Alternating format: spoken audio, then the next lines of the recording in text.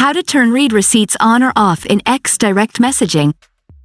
Hello everyone. The X social media provides users with the ability to toggle on or off the read receipts feature, displaying distinct indicators or notifications when recipients have read your direct messages.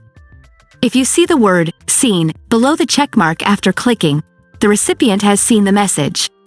If not, the recipient has either not yet opened the message or has disabled read receipts. I will show you how to toggle this settings on or off. To start, open X application. Click on your profile icon. Scroll down a bit. Click on Settings and Support. Now click on Settings and Privacy. Here we can perform various settings of X application. Click on Privacy and Safety.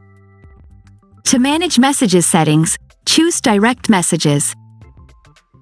By default, X lets people you're messaging with know when you've seen their messages. To turn this off, click on the toggle button. From now on, when you read the message, you will not send read receipts to the other side. If you find this video helpful, please support us by subscribing to our channel. Thank you.